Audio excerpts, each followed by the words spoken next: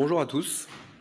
Pour ceux que j'ai vus hier soir et qui se posent la question, oui, j'ai fait mon dégradé à minuit 30. Mais aujourd'hui, je suis là pour vous parler d'une petite recherche que j'ai fait durant plusieurs mois, en ce début d'année, donc sur l'introspection de messages Bluetooth sur les distributeurs automatiques de nourriture. Donc durant cette présentation, on va voir le contexte, qu'est-ce qui m'a poussé à faire ça, l'analyse, comment je l'ai réalisé, le protocole, comment il fonctionne, et enfin, si j'ai pu trouver des vulnérabilités potentiellement. Pour ceux qui ne me connaissent pas, je m'appelle Johan Fèvre, aussi connu sous Heiser. Je fais un peu de bug bounty sur mon temps libre, je fais un peu de sécurité de recherche, et je fais quelques CTF avec les pirates.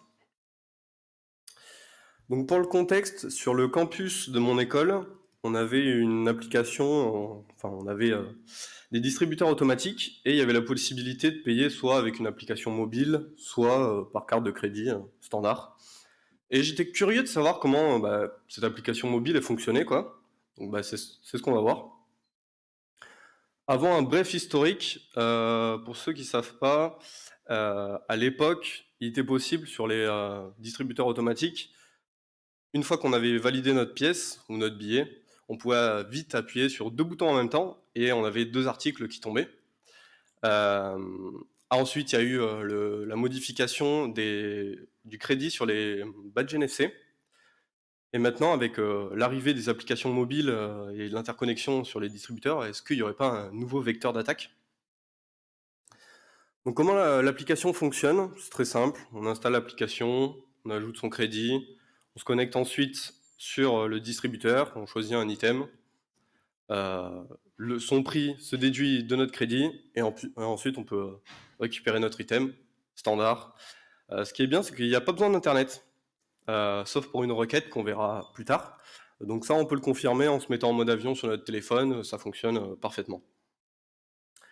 Donc dans un premier temps, on va se rendre sur le site du fabricant pour voir si on n'a pas des données techniques. Il n'y a pas grand-chose, pas mal de flyers commerciaux, mais on peut voir que l'application, les transactions semblent rapides, sécurisées, et ils mettent un gros point sur le fait qu'il n'y ait pas besoin de connexion Internet, téléphone n'a pas besoin d'Internet, il n'y a pas besoin d'infrastructure cloud, etc. Donc, si le client n'a pas besoin d'Internet, c'est que la machine fait les checks elle-même, pas vrai? C'est ce qu'on va essayer de voir, quoi. Donc pour analyser cet APK, alors juste une petite aparté, l'APK je préfère la télécharger sur un appareil que je trust plutôt que sur des sites. Je sais qu'il en existe quelques-uns, mais ça m'est déjà arrivé de me retrouver avec des petites backdoors insérées par les sites dans mon APK. Donc je préfère directement télécharger avec un appareil Android. J'ai fait 2 parties, donc une analyse statique avec Jadix et une analyse dynamique avec Frida, qu'on verra après pour faire de l'injection. Euh, Après avoir fait un premier coup d'œil dans le code, c'est lisible, ça peut être mieux, on verra qu'il y a beaucoup de commentaires en italien. Il y a des fonctions qui sont un peu offusquées et certaines fonctions qui sont totalement réécrites. Donc là, c'est ce que je vous montre, c'est que dans les prochaines slides, vous n'aurez pas grand-chose en fait en capture d'écran de code parce que bon, les logs debug avec les commentaires en italien et des trucs qu'on comprend pas trop avec des lignes qui font plus de 60 caractères ou j'en sais rien, ça va 2 secondes. Donc l'application, comment elle fonctionne à l'intérieur? On a une partie interface utilisateur standard. On a une petite base de données où on a le crédit de l'utilisateur qui est stocké et puis tous les paiements qu'il réalise.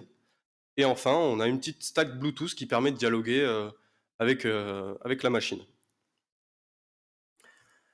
Au niveau de l'historique des attaques, j'ai vu qu'en 2018, Matteo Pisani, donc c'est un hacker italien qui a pu exploiter en fait ce même type d'application en modifiant la base de données. Donc le crédit, lui, était stocké en brut, il a juste eu besoin de modifier son crédit pour avoir un crédit illimité. Donc je me suis dit, je vais faire la même chose. Ça n'a pas marché. Il y avait un petit checksum à la fin que j'arrive pas à à contourner. Et quand j'essayais de restaurer la base de données, à chaque fois, j'avais un contrôle de données échoué, tout simplement. Donc là, on peut voir, j'avais 998 euros, mais l'application fonctionnait pas. Donc, je voulais prendre le chemin le plus rapide, le plus simple, le mieux. Bah, dommage, je vais devoir comprendre les échanges Bluetooth. Donc, le Bluetooth, comment ça fonctionne? Donc, on a un profile.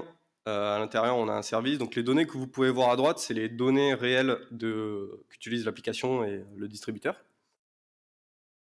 À l'intérieur de notre service, on a deux caractéristiques. La première caractéristique qui a une properties write, celle-là, c'est cette properties où le client va venir écrire ses données à l'intérieur. Et la seconde properties, c'est le serveur qui va venir écrire ses données à l'intérieur et notifier en fait au client que des données ont été écrites, tout simplement. Quand on continue un peu notre analyse, on se rend compte que il y a le numéro de série de la machine, les premiers caractères correspondent au numéro de série, tout simplement. Une lettre qui indique si c'est une machine à café, une machine à eau, pour des snacks, etc. Et les deux derniers numéros, c'est les numéros de série de la machine dans la pièce. On voit un peu aussi de l'AES, du chiffrement AES avec des clés et des IV hardcodés. On verra après par contre qu'il y a une subtilité sur l'IV. Justement, il est dérivé un peu plus tard. Bon, c'est bien tout ça. J'ai fait ma petite analyse statique. Je connais plus sur l'application, j'en connais plus, mais bah, jusque-là, on n'a pas vu la logique, comment le protocole fonctionne. C'est où quoi? En fait, c'est ma première erreur, c'est que la fonction était trop grosse, 1000 lignes. Bon, c'est énorme, faut pas le faire.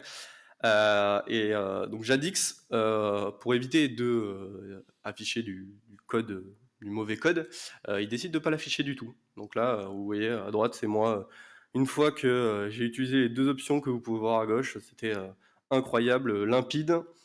Et j'ai pu commencer à faire mes premiers dumps Bluetooth via le BTS Snoop. On voit que c'est de l'hexadécimal. On comprend pas grand chose, c'est pas quelque chose qui est lisible à l'œil comme ça. Donc on va utiliser Frida. On va faire notre petit script, on va OK absolument toutes les fonctions qui nous semblent intéressantes.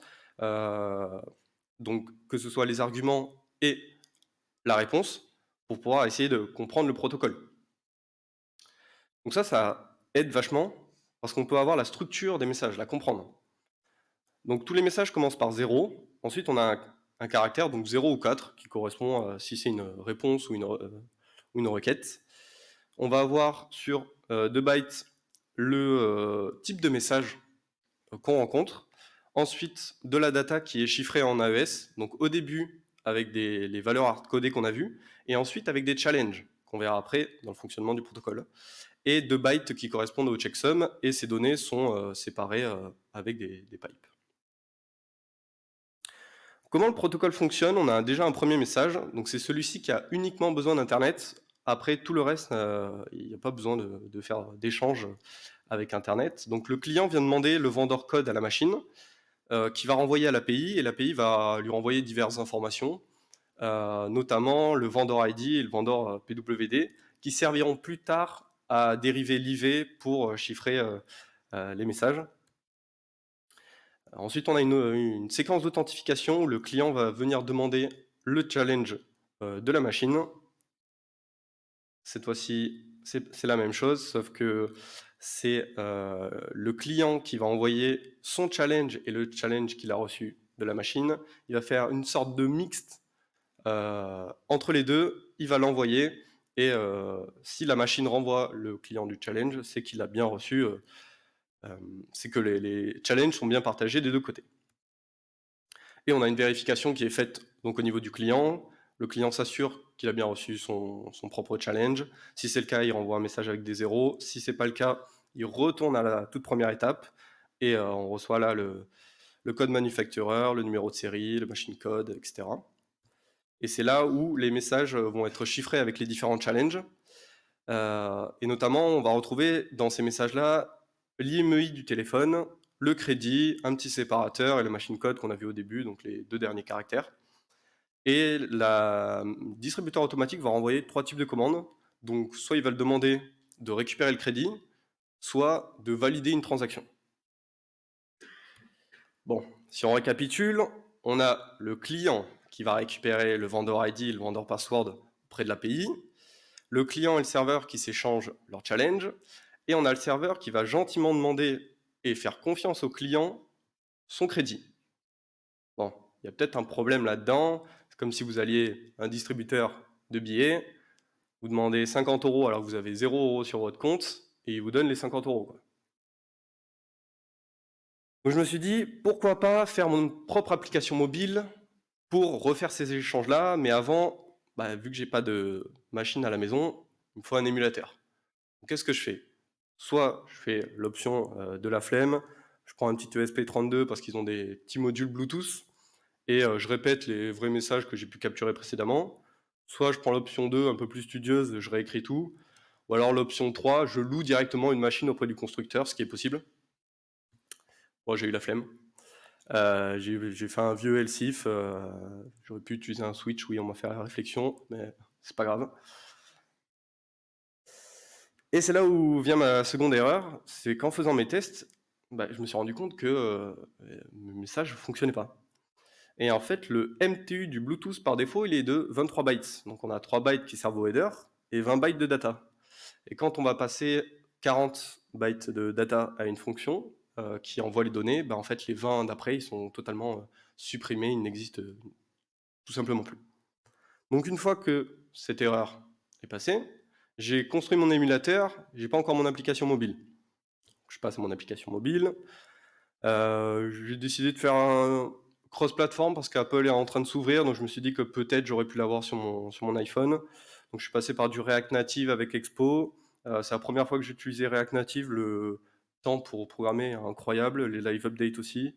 Bon, le build avec Expo est un peu plus long. Mais voilà, après ça, je me suis dit, le premier POC, je le sens bien, je vais pouvoir tester, ça va fonctionner nickel.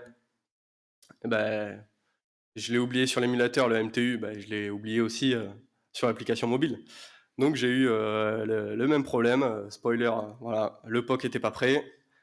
Donc je corrige cette erreur, et là c'est bon, j'ai les échanges Bluetooth qui fonctionnent, un POC avec mon émulateur qui fonctionne. Est-ce qu'on ne pourrait pas avoir des snacks gratuits maintenant? Hop, je vous passe la petite vidéo.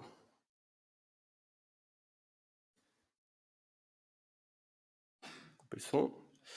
Donc voilà, sur la gauche, on a notre application mobile. Donc là, il nous liste tous les distributeurs disponibles. On voit que c'est le 05, il va cliquer sur le 05. On a toute l'authentification qui se fait. Hop, je mets sur pause 2 secondes. Donc on voit, comme j'expliquais, le PWOS, l'ID, les différents challenges, et un crédit de 8 € qu'on voit qui s'affiche sur la machine aussi. Donc à ce moment-là, on va pouvoir sélectionner notre produit. Son prix s'affiche sur l'application. Et hop, on a notre article gratuit.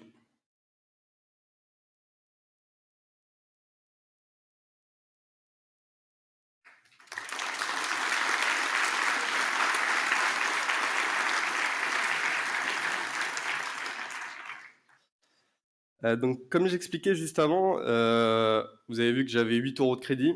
Je voulais ajouter un peu de discrétion, entre guillemets, parce que bon, générer un crédit et se rendre compte qu'il y a 999 € sur la machine quand il y a 3 personnes qui attendent derrière vous, bon, ils vont vouloir que vous laissiez un petit peu, avoir un petit truc gratuit, quoi. Donc, pour pas faire trop cramer, je faisais entre 5 et 15 €. Bon, 15 €, ça faisait toujours beaucoup. Et l'IMEI, pareil, une fonction random qui permettait de générer une valeur aléatoire. Comment fixer ça? Le plus simple, c'est de faire les checks sur des devices qui sont trustés, donc sur un serveur. Uniquement utiliser le client comme un relais, ne pas faire du processing de data. Ça peut être le cas comme une application que sans doute beaucoup connaissent, TBM. TBM, pour valider les billets, ils font juste du relais. Et au niveau de la timeline, donc la vulnérabilité a été trouvée, donc exploitée à peu près au niveau du 7 mars. J'ai envoyé un premier mail donc 10 jours après. En début de mois, j'aurais fait un petit retour pour savoir s'ils avaient des news dessus et aujourd'hui, j'ai toujours pas de réponse, sur cette, vulnérabilité. Voilà, bon, j'aimerais me remercier AD, qui a été ce mec, super chelou avec un ordinateur portable, devant un distributeur qui exécutait des scripts Frida. Julien et Laurent pour avoir, relu et Antoine pour m'avoir prêté une tablette, Android parce que, bon, je suis un pro Apple, du coup, j'avais pas de quoi, développer tout simplement. Merci de m'avoir écouté et je reste à l'écoute pour vos questions.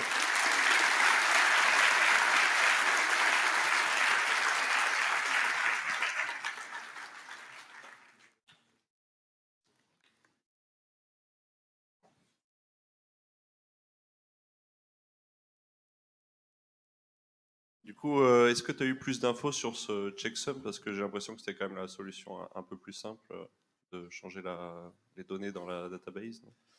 Oui, alors j'ai recherché un petit peu. C'était pareil, chiffré. En fait, ils ont tout basé sur ce chiffrement AES. Ils avaient une grosse fonction qui faisait que ça. Et j'ai recherché, mais ils injectaient un peu des caractères bizarres, des données. Je me suis dit, ce serait plus sympa si je dois faire une rump, de faire des échanges Bluetooth que de présenter comment j'ai modifié une valeur dans une base de données. Donc j'ai préféré passer par là.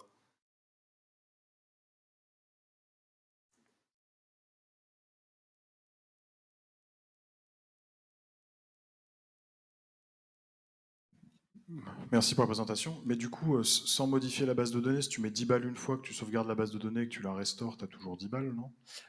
Justement, c'est ce qu'on a essayé. On avait un problème d'intégrité à chaque fois. Donc je sais pas d'où ça venait.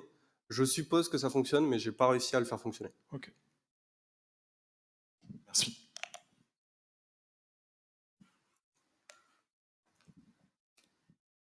Pas d'autres questions? Eh bien, merci. Merci beaucoup.